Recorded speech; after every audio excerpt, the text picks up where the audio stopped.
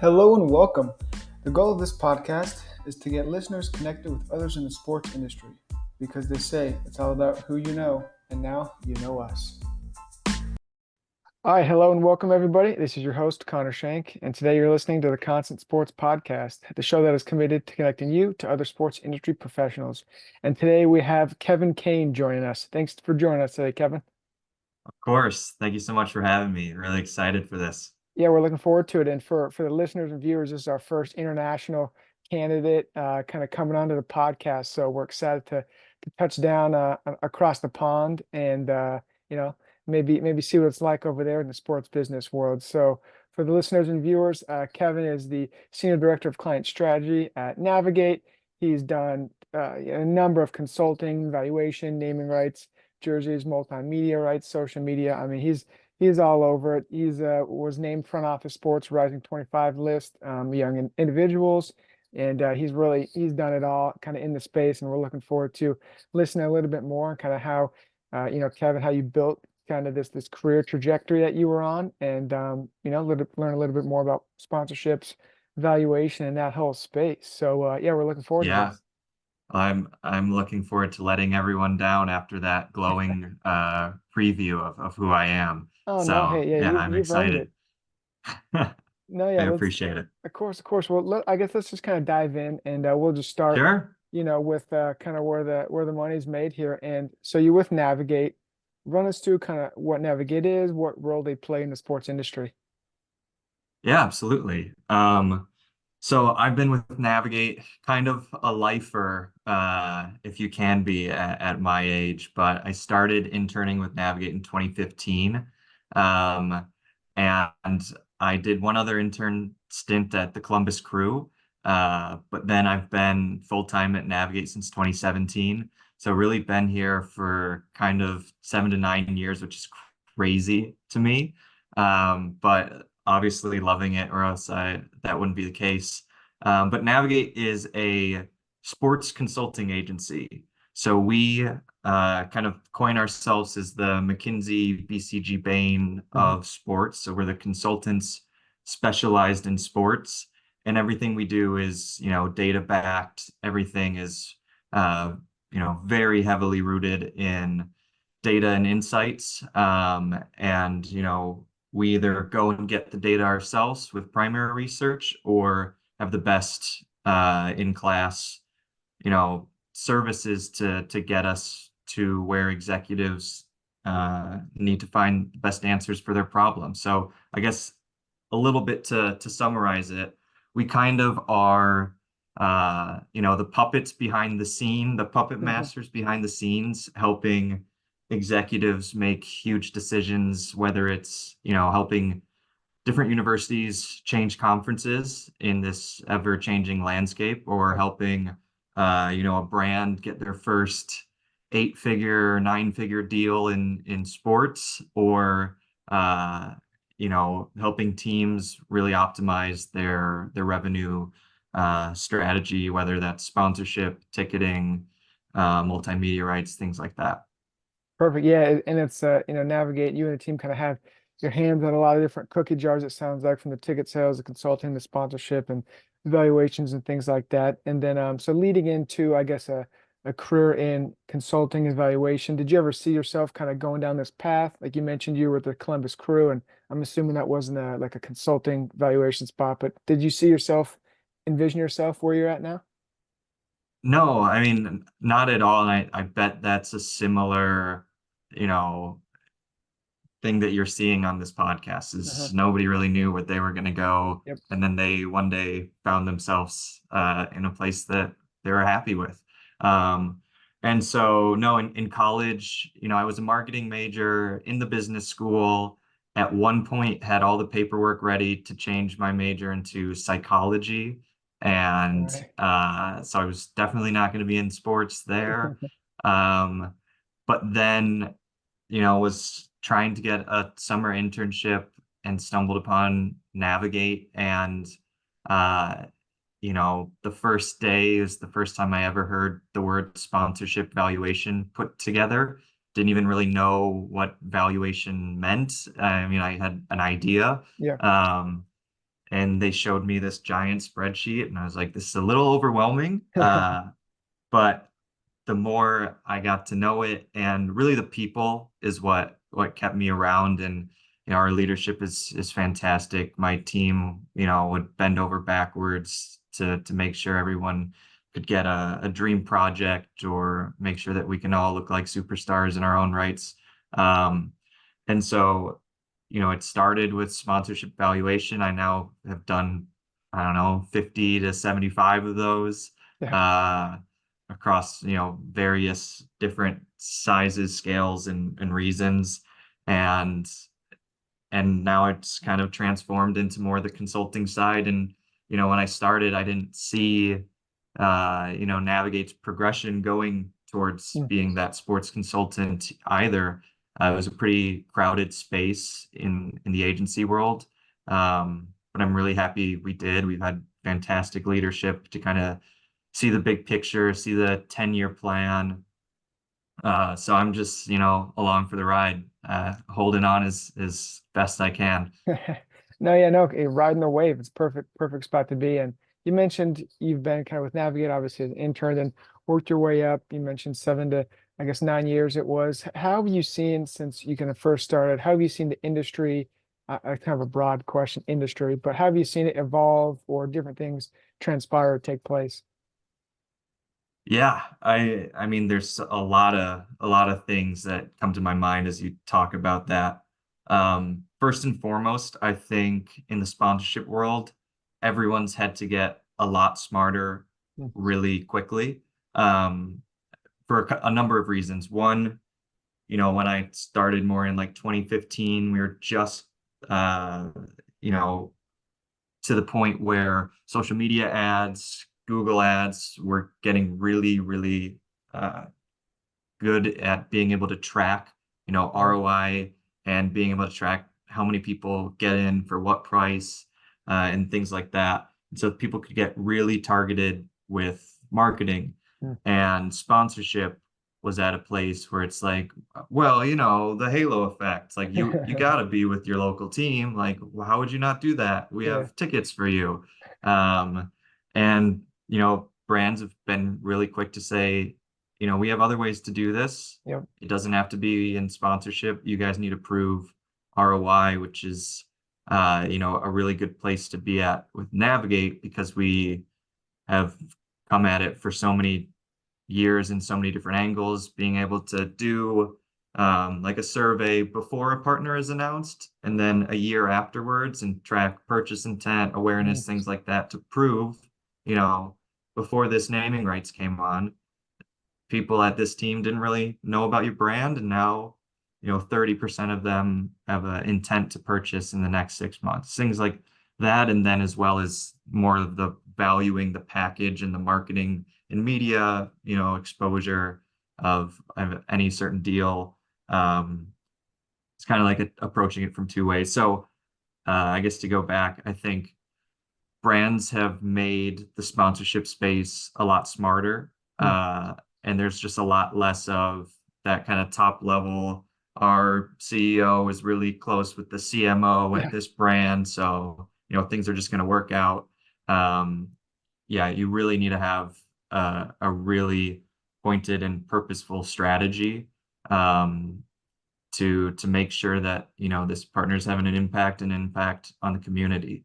I don't want to make it seem like I'm just numbers and blind to what sponsorship really is, and the beauty of it all. Mhm. Because the reason it is what it is because of the community aspect, and because of the change that a brand can be a part of in a town in a significant way. Yeah, no doubt. And I think that's, obviously one of the main driving factors is the local community with the sponsor being, like I said, it's either a sponsor, naming rights, there's, so many different ways they can get involved. But then, especially if, I mean, have you seen, I guess, different leagues, NFL, NBA, MLS, MLB? Have you seen any of those leagues kind of take a different approach as far as kind of maybe a local team's going more national and trying to reach a national audience on certain sponsorships, or staying more local? Yeah, definitely. I think that's a good question as well, and kind of a good place to ask, as I am 5 months into life in London. Yep. But yeah, I mean, I think the NBA has been doing a really good job of, growing their game internationally. Our CEO and founder, 𝗦𝘂𝗰𝗶𝘁𝗄 was just on a podcast and said, you'd really spread out and look at geographical population growth over the next decade or so. I think it was next 30 years, Okay. that Asia is going to go from 4 million to 5 million people, and Africa's, or billion, 4 billion to 5 billion. Right. Africa's going to go from 1 billion to 4 billion. Europe, North America, South America is going to stay pretty stagnant. Mhm. So there are two areas that are going to grow massively. Right. And if we, as North American people in the sports world, don't really see that and see what the Premier League has been able to do, see what cricket has been able to do, Mhm. and really take after some of those models, we're just not going to reach our optimal growth. And a little bit of why I'm in London is to learn, from the best, from the Premier League, on how they view growth of their game. Mhm. And so I've been fortunate enough to work with two different Big Six clubs in the last year or so, and really understand and look at, when looking at the percentage of people that watch their games, England and the UK is only like 15% of their total market who watches their game. If you go on Manchester United's social media platform, the UK is the fourth biggest population of followers. Before that is, I think it's US, Indonesia, and Nigeria. All have bigger Man United following on social media, at least, than the place where it's actually being played. And you just don't see that. If you do the same analysis Right. for the Dallas Cowboys, you're not going to see that. Mhm. So it's my job to kind of look at the sports world from a macro standpoint, and kind of take all my learnings from trying to win business over here, getting business, and getting my team on some of these projects, so that we can better help our US based clients understand how to grow internationally, and be sure that they can make the most strategically inline moves that are going to move the needle for them, and just accomplish how they want to continue to grow internationally. Yeah, no, that's fascinating stuff. I was obviously, I haven't done a deep dive on the Premier League, but I was not expecting. Yeah, I mean, Indonesia, I think you said it was the second or third Yeah, large fall, and that surprised me quite a bit actually yeah, from that kind of me standpoint as from well. following them. I now need to do a lot of geography Yeah. learning, and seeing what there's how many people where. Okay, that is huge markets that we I think sometimes overlook Yep. at the real power that they can unlock, um, and the joy that we can bring from our sporting spectacles elsewhere. Well, and I was curious with obviously you're familiar, you're working over there with the Premier League, but you're you kind of have a solid base in soccer. I feel like probably more advanced than most, and especially within North America with the women's soccer league starting. There's the MLS. Where do you see kind of that market emerging amongst NFL in North America is going to be king. I feel like forever until I don't know what would knock them off, but I feel like they've got quite a big lead, you could say. But where do you see kind of the women's soccer league? You have, I think there's maybe one or two kind of pro women's volleyball leagues Yeah. starting up. Like, how do you see these Hmm. like, younger leagues kind of that are starting to take form? Where do you see them as far as valuations, the different sponsors and things like that? Yeah. I have to say, before, when you mentioned the women's volleyball league, we Mhm. are a client of theirs. So I have to put my hand up and not just give you a 5-minute spiel on how that's going to be the next big thing, because Go it right ahead. very well might. No, but I think, soccer has grown substantially Mhm. in the US, and I was lucky enough, it's been my passion. And another reason why I'm here in London is, despite my accent, I am a UK citizen. My family's from here. I'm a season ticket holder at a Premier League team called Fulham.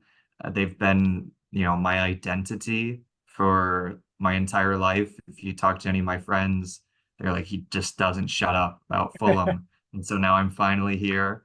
If you look at my Instagram stories every weekend, it's me at Fulham. And they're like, do you do anything else in London? I was like, why would I? So it's a passion for me to be here.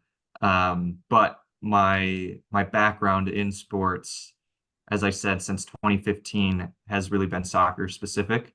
Mhm. And so I've worked on over 30 different projects with MLS clubs. I've worked with Liga MX clubs like Club America and Tigres.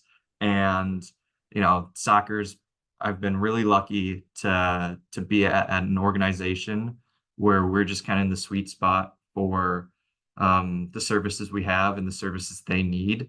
So been really lucky to kind of have that as my background. And at Navigate, they've, just said, like, if there's a passion for you, you can be on that project. If there's a passion for you that we don't have a project for, like, go get that project. And so even as I was 21, 22, coming out of college, they're like, if you really like soccer this much, like, we have a couple folks that do as well, like, plan with them how to get different teams, like, see who of our network knows people at different places, utilize that and grow off of it. And, I can go on a spiel that I'm sure in your, what was it, 36 other podcasts, Yep, yep. have probably all said networking, networking, networking. So I will assume that they can go to much smarter people to hear the network spiel. But back to your original question, soccer's growth is statistically substantial Yes. here. And we're coming up to the 2026 World Cup, and we expect a 33% increase in soccer interest as we get to 2026. We've already seen since 2022, in 2 years, I think it's gone up like 18 to 20%. And when you're looking at a population the US size, that 350 million roughly amount of people, like, that's, a Good amount. 1% increase is a really big deal. Yeah. So an 18% increase is an incredible deal. And I think it's the culmination of, the MLS being now an established, respected league in the global scale of soccer or football. The NWSL making leaps and bounds for some of the projects where I work on with some of the NWSL teams. When we're doing a year-over-year valuation, it's like, okay, 2023 was this. And then I'm getting all the data and inputs for 2024. And it's like, we expect viewership to be what? Like, your social grew by how much?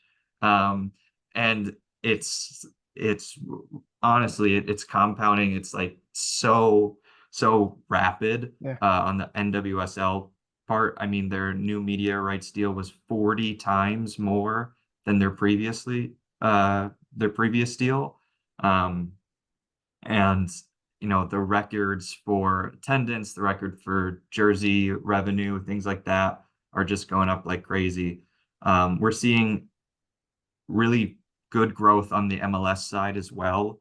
I think when you look at, and I'd love to throw out numbers because I'm in the Excel sheets every Well, day, yeah, let's as do it. well as seeing people face to face. But if you look at the club values, the franchise values, which Mhm. is something we love to put under a microscope. If you look at the top 5 leagues in the US, so the 4 that you mentioned before in MLS, Mhm. MLS franchise values since I think it's 2008 have grown 5 times faster than Oh, all of the rest. And now we're at a point where like LAFC is above a billion. And we're, from a franchise value perspective, encroaching on that NHL average very quickly. And I'm not here to say that MLS is going to be bigger than NHL in X amount of years and you clip that and put that no, thanks. everywhere. But it's one to watch. Yeah. The other big thing is that from a grassroots perspective, soccer is or I guess it was the #3 sport for millennials Mhm. in terms of participation, and it's the #2 sport for Gen Z. Okay. So, that's one stat, but if you look at it again, kind of where the new group, how much they're watching soccer versus their parents, like a generational change. And I think it's that the younger group, the Gen Z, Gen Alpha right now, are watching soccer 3.6x more than what their parents did when they were that age. So, all signs are toward impeccable growth here, especially as we have the biggest ever sporting event coming to North America in 2026. Yeah, no, So, that's a perfect lead in. It's like you read my mind there because we had a poll that we ran out a few weeks ago, and it was, how do you anticipate you will watch the 2026 World Cup? mm, As you alluded to, it's quite the event coming over here, and it was, the one of the options was like a communal space, bar event, things like that, at home streaming, at home or streaming, then with friends and family, and then not planning to watch it at all. And the majority of them, we had a few hundred people respond, and 52% of them said with family and friends. So, I feel like that's going to be a good kind of coming together event, especially as, we're a few years away totally. from that, and the sites have kind of been narrowed down and things like that. But how do you see kind of when you're looking into the future valuation of these leagues, do you think with the World Cup coming to, to North America, that's going to just rocket ship these leagues even more? Or how do you see that playing an effect on the valuations of the teams here? Yeah, I mean, I don't have the crystal ball to say. All I can see is the trends going into it and look at the World Cup effects in other areas where soccer is already very well established as Mhm. the #1 or #2 sport. So all I have is the past data, but all signs show that it should have a large impact. I'm also not going to say that, 1 month's competition that has, yes, like almost 100 or like over 100 games in Yep. a month, all sold out in the biggest football stadiums in US, Canada, and Mexico. Um, I'm not going to say that that's going to change everything. Mhm. But you know, I think it's gonna have a lasting impact and a lasting legacy when we look maybe 5, 10 years into the future at where soccer is. There could be kind of a pre and post 2026 Mm. analysis. Where were we before? Where were we after?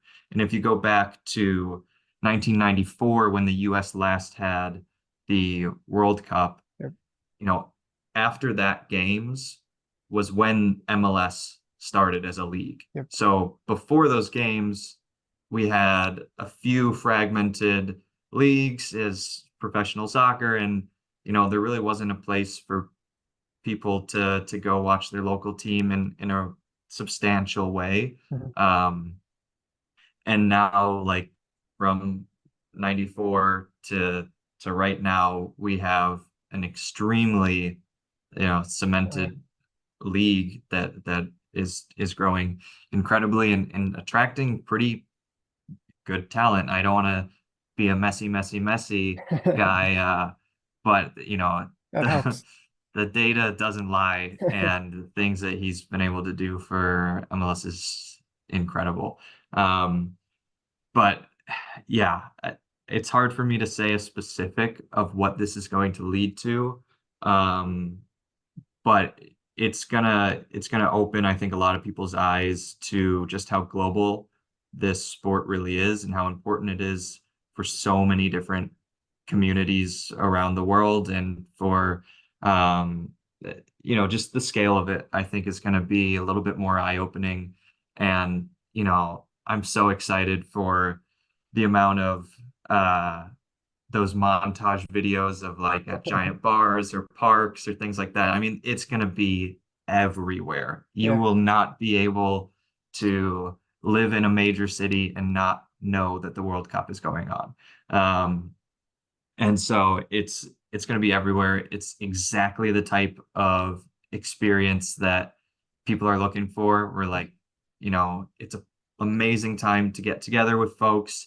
You know, you have a pride of your nation team. Everyone is in it pretty much, you know, unless your country didn't make it. Right. But, you know, there's a huge pride that goes with it. And, you know, from a scale perspective, it gets 7 times, if not more, of the viewership of the Super Bowl. Like it's Super Bowl is one thing. This is a Different different animal. stratosphere. Yeah. Yeah. No, and yeah, no, I'm excited for that. And I think kind of North America has a lot of cool, I guess, events with the Olympics coming. There's the rugby Yeah. trials. I forget the full name, but that's coming over here. Cricket's making, I think they're playing in New York. I'm not sure if you're familiar, or We they're play in a playing lot of some, places. yeah, Yeah. they're doing a little tour there, and that's like one of the biggest untapped, I guess, leagues you could say. I mean, not even tapped at all really in America. So that'll be interesting to watch grow. Yeah. And then regarding kind of what we've thrown out, like valuations and things like that, for I guess maybe this is on the host, but for those that are listening and maybe wondering what goes into a valuation when we're talking about these Sure. teams or leagues, kind of give us a little breakdown of, you know, maybe some things that just the listeners can and viewers can be like, okay, valuation, these are some things that go into that.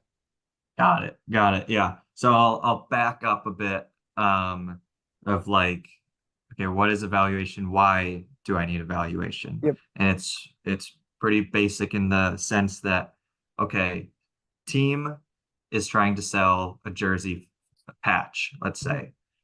They're going and talking to all these brands and saying, you should pay me $10 million a year for this. Brand is saying, why? And team then has to go and say, well, because XYZ.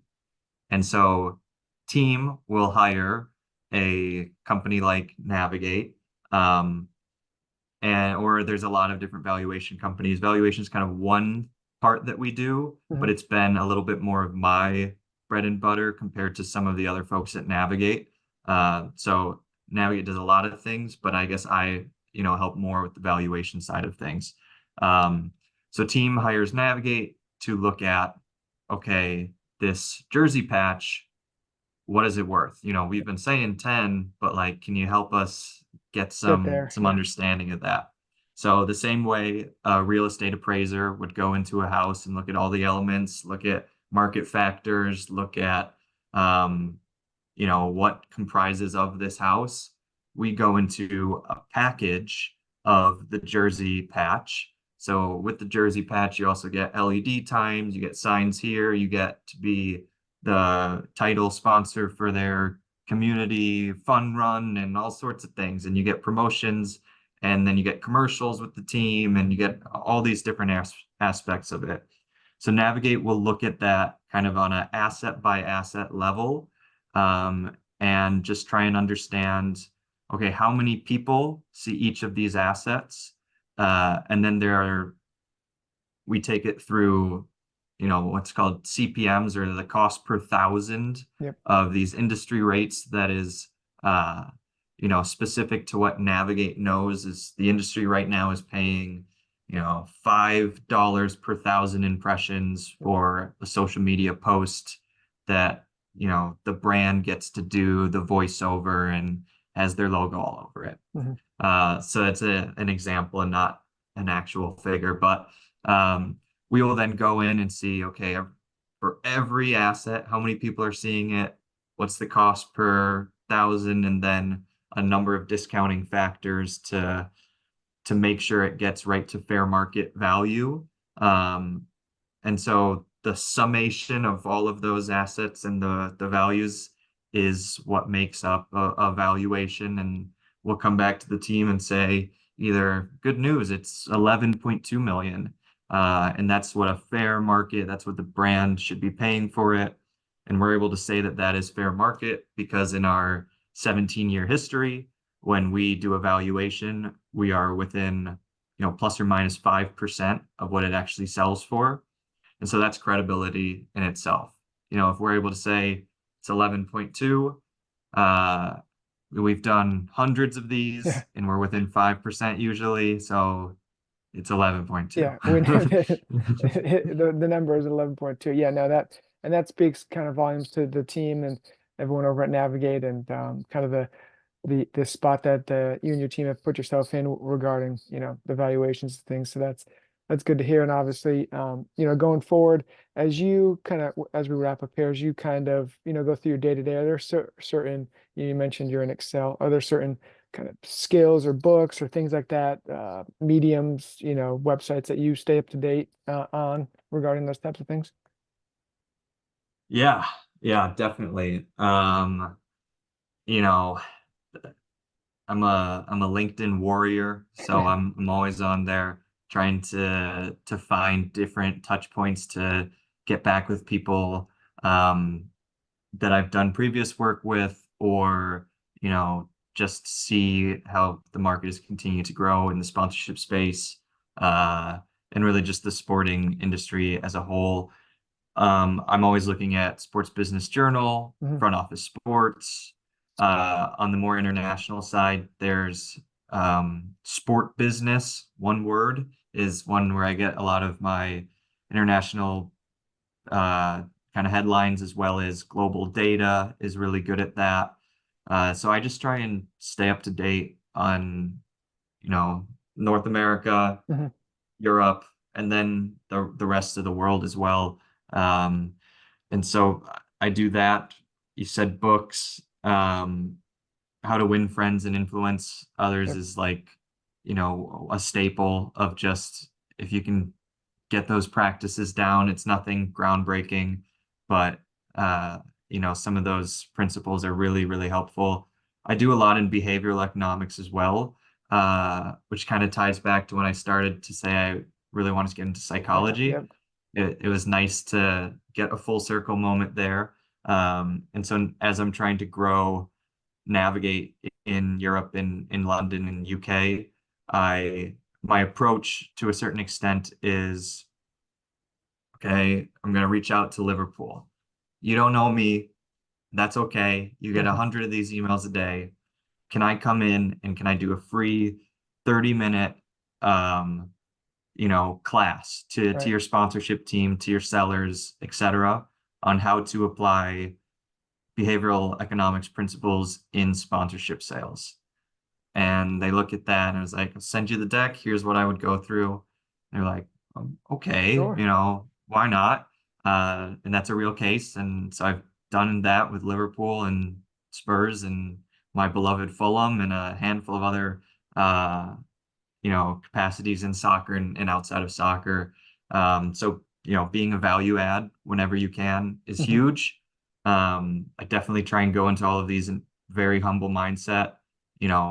I'm trying to understand their culture and the details and specifics of it as best as I can, and not come in and say, I do this in America and we get more revenue than you guys. That's the exact opposite. And so I try and always be humble, go in with an open mindset, try and have a growth mindset, and just try and learn from the people around me who've been doing it better, longer, and with a smarter perspective than I. Yeah, no, hey, that's a lot of great points there, being humble, going in, adding value, things like that for the listeners and viewers to pick up on as they go in their careers. And Kevin, we just want to say thanks for stopping by today, sharing your experiences and knowledge with the listeners and viewers. And we're excited for everyone to kind of dive into this episode and learn more. So thanks again for stopping by and sharing your thoughts. Awesome. Thank you so much, Connor. Yeah, of course. All right, everyone, we'll see you next week.